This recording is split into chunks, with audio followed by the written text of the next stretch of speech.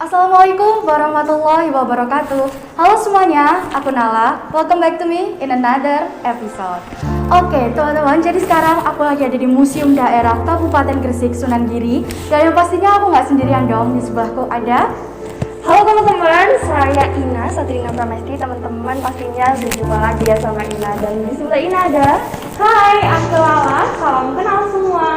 Oke, jadi mereka udah berkenalan dan tujuan kita di sini pada tanggal 21 April 2021 tepatnya pada hari Kartini ya kan.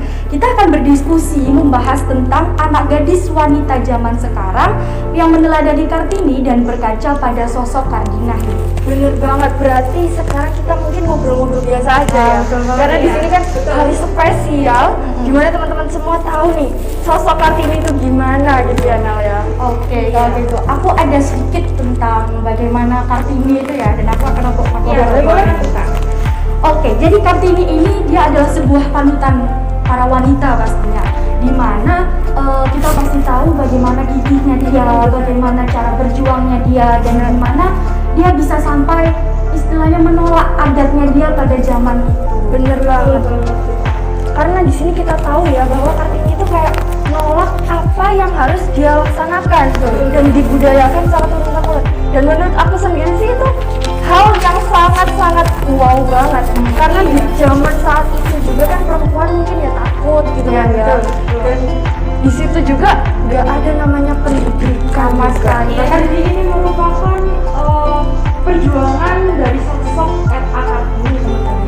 Apalagi yang kita tahu bahwa di zaman-zaman itu masa pengintan ya, di saat waktu itu semacam seperti pubertas, di mana kita merancang otak untuk pendidikan gitu ya. Yes, betul banget.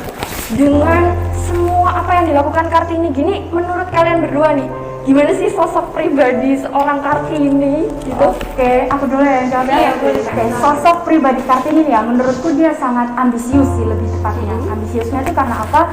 Dia tidak hanya memikirkan kondisinya dia pada saat itu, dia juga memikirkan adik-adik saudaranya, dia juga memikirkan orang-orang di luar sana yang bahkan bahasa dan menulis dan membaca pun mereka juga nggak tahu gitu. Itu sosok ambisiusnya. Kalau sosok pemberaninya adalah dia bisa menentang adat istiadat turunan pada waktu itu. Gimana kalau menurut kamu? Keren banget nih Kak. Jadi sepaham aku tentang Kartini nih ya, Kartini ini memperjuangkan derajat wanita dan memperjuangkan kesetaraan wanita agar tidak tertindas yang dulunya itu katanya laki-laki itu derajatnya lebih tinggi dibanding wanita. Benar, Tapi itu salah banget teman-teman, karena wanita itu juga memiliki perjuangan untuk pendidikan, ekonomi pun juga bisa. Jadi kita tuh tidak bisa mengatakan bahwa wanita itu derajatnya ada di bawah. Bener banget. Mungkin kalau dulu itu daerah mungkin menilai bahwa perempuan itu cuma ada 3 fungsinya. Iya, benar. 3 baca, mana, sama masak. Benar. Mungkin itu salah persepsi banget ya. Karena di sini kita bisa tahu bahwa R.A. Kartini bisa menunjukkan bahwa perempuan sederajat loh sama pria gitu kan ya. Iya. Dia juga dulunya itu berpikir tentang nasionalisme, patriotisme, dan juga dia tuh berusaha untuk memperjuangkan hak untuk wanita. Benar. Nah nih, dari peran semua Kartini kan tentunya nggak mungkin ya R.A. Kartini jalan sendiri ya. Tentunya ada tokoh-tokoh yang di belakangnya yang bantuin dia. Betul.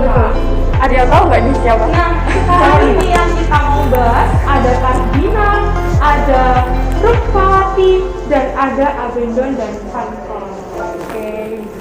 Oke. Siapa dulu nih? Aku dulu atau Kak Nala dulu nih? Aku dulu nih ya. Oke. Dari sosok Kardinah nih yang aku tahu, Kardinah ini orangnya seperti supporting system dari belakang ya, apalagi dia juga saudaranya Kartini gitu. Bahkan Kartini pernah punya firasat bahwa di umur 25 tahun dia akan meninggal dan akan dilanjutkan oleh Kardinah pada waktu itu. Dan itu firasatnya itu beneran terjadi loh. Itu yang pertama Kardinah, dia pasti dukung saudaranya dari belakang. Yang kedua ada keluarga Abendanon. Keluarga Abendanon ini lebih tepatnya suami istri yang menerbitkan ulasan-ulasan, menerbitkan apa yang diinginkan Kartini Dari surat-suratnya ya. Nah, dari surat-suratnya yang betul dari Kartini banget, gitu. Pak. Dan yang terakhir ada Vankol. Vankol ini tuh dia lebih tepatnya pewawancara tamu dari luar yang dia tahu bahwa Kartini ini ingin sekolah pada waktu sekolah di luar negeri pada waktu, tapi tidak dapat restu dari kedua orang tuanya. Itu menurut Lala gimana? Jadi gini kan, kita tadi membahas tentang Kardina ya. Kardina ini dulunya juga ada hubungannya tentang Raden Ajeng Kartini.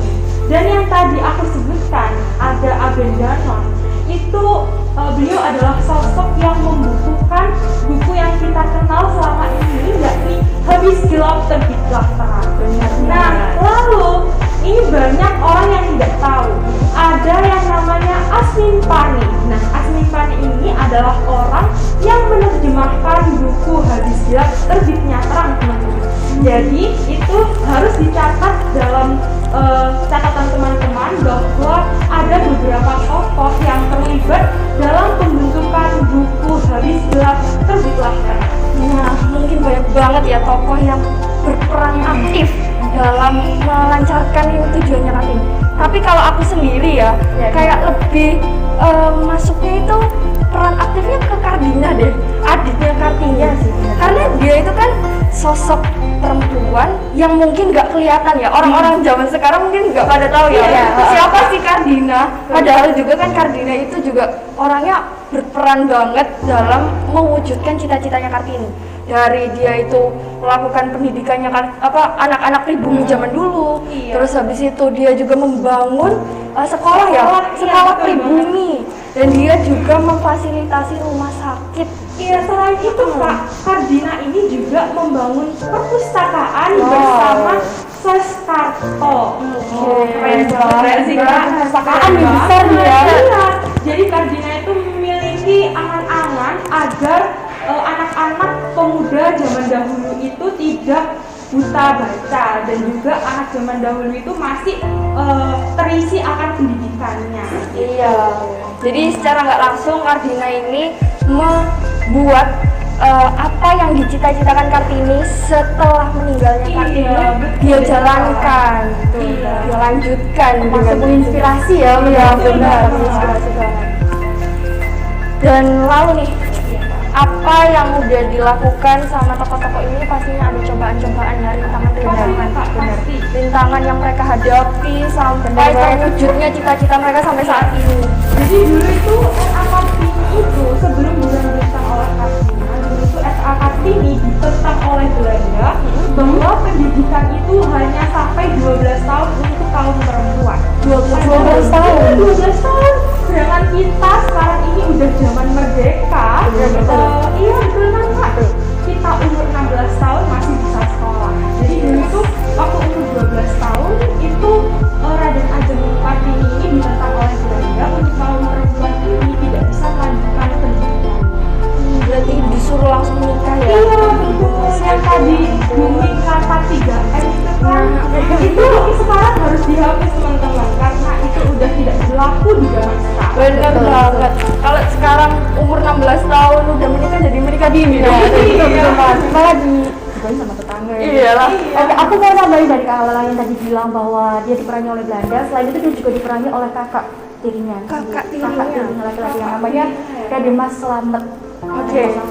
Jadi dia itu sama sekali tidak mendukung Kartini untuk melanjutkan sekolah di luar, sehingga pada waktu itu kalau kalian lihat film Kartini yang sudah dibuat sama Dian Sastro sebagai tokoh utama, dia sebagai Kartini, bahwa kakaknya itu pokoknya dia membatalkan apa yang dilakukan oleh Kartini. Sebagai contoh kayak dia mau ngirim tulisan-tulisannya ke teman-teman itu dibatalin semua sama dia gitu. Jadi tidak tersampaikan pada waktu itu. Tapi yang namanya Kartini emang cerdas ya, dia punya segala macam cara tuh. Iya. Jadi tadi kita juga bicara ya Kak, aku tadi udah sebutin latar belakang dari RA Kartini ini ada Rukmini. Nah, Rukmini ini juga masih bersaudara dengan Kardina dan juga Kartini gitu ya Kak. Jadi Kartini, Kardina dan juga Rukmini ini masih berhubungan. Nah, untuk Rukmini ini dia masih berpikiran untuk praktikal, jadi langsung bikin sekolah, perpustakaan dan lain sebagainya itu. Tapi untuk Kardina ini juga hampir sama kayak Rukmini, dia juga bikin sekolah. Jadi beliau ini sama-sama memperjuangkan tentang pendidikan. bisa simpulkan dari obrolan kita kali ini bahwa sikap yang harus kita ambil dari tokoh-tokoh yang sangat penting, yang sangat mulia dan dapat mencerdaskan perempuan yang dulunya nggak bisa berpendidikan, sekarang bisa berpendidikan, yaitu berani dan juga bisa melakukan pendidikan untuk mencapai cita-citanya.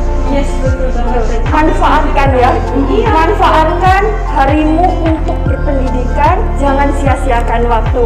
Betul banget. Keren banget itu kata-kata Kak Nina. Oke.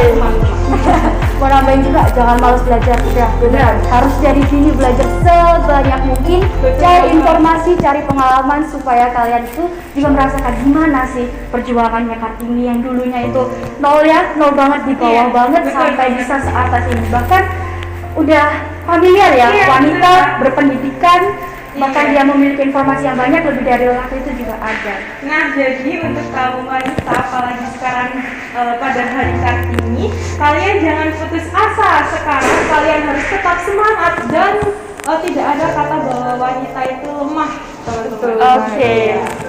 Di akhir kata kami mengucapkan selamat hari Kartini. Wassalamualaikum warahmatullahi wabarakatuh.